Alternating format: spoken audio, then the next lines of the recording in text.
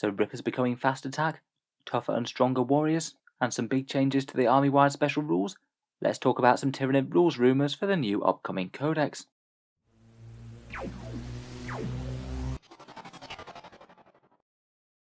Hello and welcome back to Warspets Tactics, where today I thought we'd talk about some potential whisperings from the internet for rules that might be coming out in the new Tyranid Codex.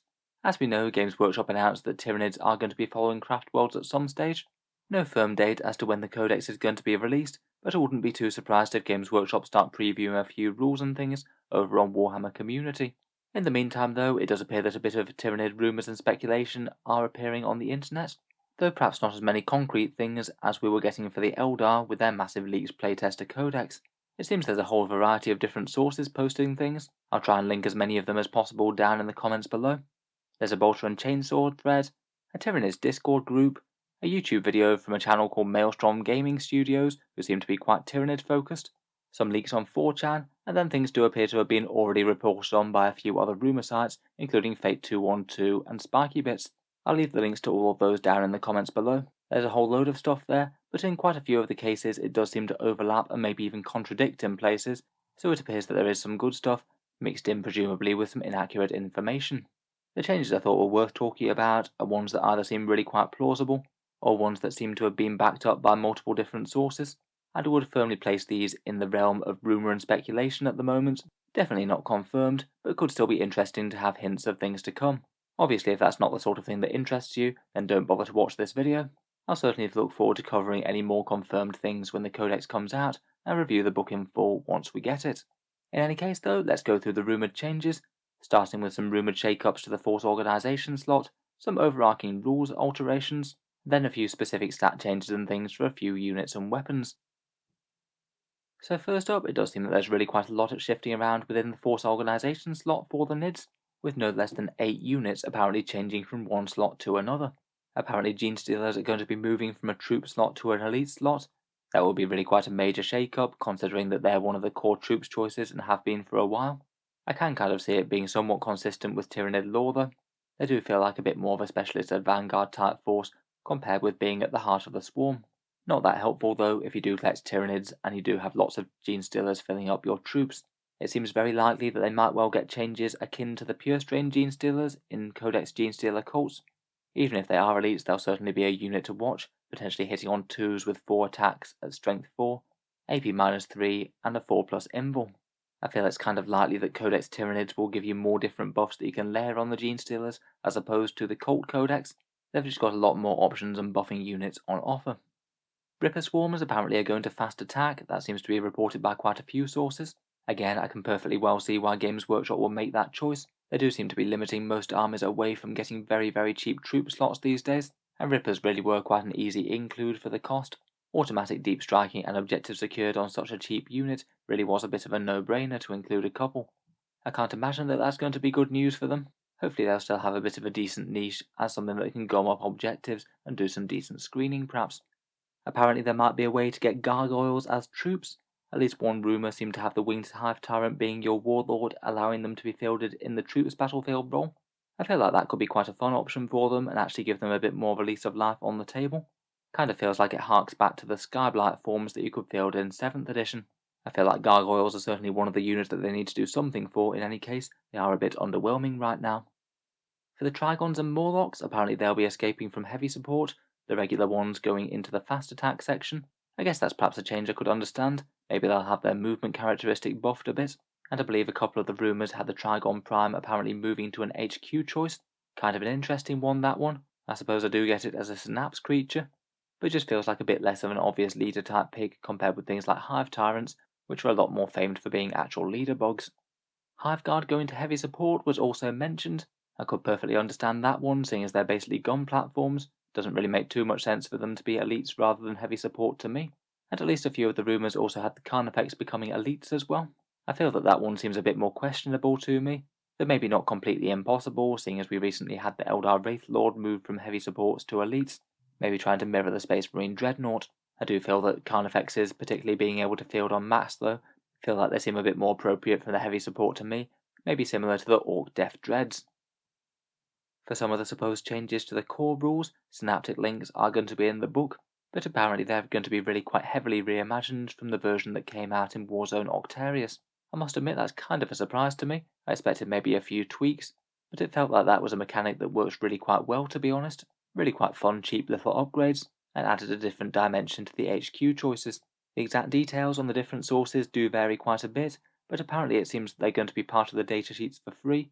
There might well be the Tyranids monofaction bonus that they only get if they don't bring allies like Genestealer Cult, and in general they're triggered in the command phase, affecting one or more units within 6 inches. Apparently some might be just once per turn, and some might be once per game boosts. In any case, the thing that they introduced with the previous synaptic links, allowing you to chain buffs through other organisms, appears to be gone. Kind of a shame, that one, I think. Maybe it was a bit overcomplicated and fiddly for a rules mechanic, but it did feel quite fluffy for the bugs, broadcasting their orders through a linked chain of organisms. A few examples are that Tyranid warriors are apparently going to grant exploding sixes to hit in melee. The Tyranid Prime is going to have a similar rule for hits at range, provided they're fired at something within 24 inches of the target. And Zoanthropes are going to be able to give a 4+ invul save to monsters, or 5+ to smaller bugs. Apparently, incidentally, Zoanthropes are only going to have a 4+ invul save at base, again something that seems quite likely, given Games Workshop liking to rein in 3+ invul saves where possible. Kind of hard to say how good they're going to be without the actual details, but I must admit slightly surprising that they're reimagining something that I think works quite well already. Otherwise, there's a few other interesting bits. Hive Tyrants apparently going to 1 per detachment, which seems kind of likely to me, and the Swarm Lord is getting Supreme Commander. Both of them now actually able to grant rerolls to units now, rather than just buffing them with Psychic and things. Apparently the Swarm Lord's double move and charge ability might well be gone though. Again, that does seem pretty reasonable to me. It is a bit of a ridiculously powerful mechanic, and they have reined in very similar things like the Eldar Warlock spell Quicken, or the Harlequin's equivalent of it. Otherwise, adaptive physiologies are apparently being renamed and getting a points cost upgrade system. That one again seems like a very safe bet indeed. A lot of the things that were added in Psychic Awakening and cost command points generally have been going to points cost upgrades, things like the Orc custom jobs. Hopefully there's some similar fun abilities to what the Genestealer Cult got. Their proficient planning upgrades were all really quite good fun and really very powerful on the board. Finally, for big rules changes, Hive fleets are apparently getting a makeover. Definitely one of the areas that has the biggest potential for improvement, as quite a lot of the traits are really quite weak by the standards of other codexes. One rumour that I thought was really quite fun is that Hive fleets might well be getting a regular trait and also one flexible trait to go with it. That does seem kind of Tyranids, to be honest, each one of the splinter feats going maybe a slightly different way to the main body of the Hive. Apparently Leviathan might well be changing to a mini transhuman type effect. Wound rolls of 1 or 2 always fail, or wound rolls of 1 to 3 always fail against Synapse units. That will give them a fairly decent defense on things like Hive Tyrants and the like. It'd also make their warriors very hard to kill indeed.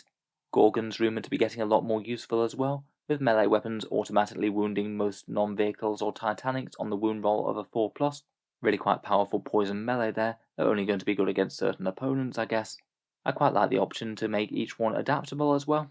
If that really is the case, I think it could be fun, allowing you to draw from the same Hive fleets, but actually add a different spin on what you're taking, and maybe tailor it to the units that you're using. Finally, for just a few units and weapon profiles, apparently warriors are going to be becoming Strength 5, Toughness 5 critters. Certainly seems believable enough. For how big and imposing they are on the field, I felt that Strength and Toughness 4 always was a bit underwhelming. Hopefully they'll have enough raw might to be worth it as a battle line, as opposed to just a few cheap units hunkering down on objectives. There seems to have been a few places where the stat line for Devourers have been reported as well. Apparently Tyranid warriors getting 5 shots at Strength 4, AP 0, and Damage 1, though apparently the Termagant flavour being quite heavily nerfed, only down to 2 shots at Strength 3, AP 0, and Damage 1, which would be a spectacularly harsh nerf from where it is now. Otherwise for Gaunts, a fair few of the sources seem to report that Hormagaunts are looking fairly nasty now. Faster movement and hitting far harder in melee. I noticed a few people said that Scything Talons might well be going to ×2 attacks now, but between 3 or 4 attacks on the charge seems very likely. And Termagant Flesh Borers are actually becoming a little bit dangerous, going up to 18 inches and AP -1. I'm going to guess if that's the case, Devourers might be free. They'd seem at least somewhat well balanced between those. Otherwise, a few fun things were that Lictors apparently can't be shot from greater than 12 inches away while in cover. That'd be quite nice and adds to them being a bit more disruptive and distraction type units that you actually need to move to deal with. Most monstrous creatures are apparently going to a Toughness 8 and a 2+ save, very similar to those leaked datasheets that we saw for the Exocrine and the Hive Tyrants. Carnifexes are apparently remaining at Toughness 7 though, and so are the flying monsters, and they will retain a 3+ armor save. Finally, it seems that people are quite divided as to whether the new kit is either going to be Tyranid Shrikes or the Parasite of Mortrex. I guess if Games Workshop reveals which, then it might show which rumours are more reliable than others. Shrikes being essentially the Tyranid winged warriors, though I guess they always have the possibility to be quite heavily reimagined if they do get new sculpts, and the Parasite of Mortrex being that one that generates Ripper swarms, injecting people and then having Rippers burst out of them. Very alien. Just from looking at those miniature teasers myself, I thought that the Parasite looked like it could fit really well from past artwork, so at the moment my money's still on that one, but I'm very happy to be proven wrong. Anyway, as I said at the start of the video, I'd certainly take all that with a massive pinch of salt. The vast majority of it does seem really quite plausible indeed, but with a few conflicting sources out there, I feel like not all of this is going to be accurate. Feel free to check out those links in the video description if you do want to read all the things firsthand. In any case, look forward to hearing your thoughts. If you've got any other insider information, I'm happy to hear it down in the comments, and I'll look forward to the inevitable rules previews that Warhammer community is certain to start churning out for the new codex at some point soon. As I said, I'll try and cover anything interesting here on the channel, and review the Tyranids Codex in full once it's out. Feel free to subscribe to Auspex Tactics, or just check back later if you'd like to see more 40k stuff. Finally, if you have been enjoying all the videos on the channel, I would just like to mention that Auspex Tactics does have a Patreon page, which you can find down in the video description below. Channel patrons do get a fair few advantages, seeing certain videos early, regular votes to see what sort of things come next for the channel, and automatic entry into the regular prize giveaways with a chance to win some really big model kits each month. If any of that sounds good to you, or you'd just like to help support, the link is down in the video description. In any case, a massive thank you for listening, and I'll hope to see you guys next time.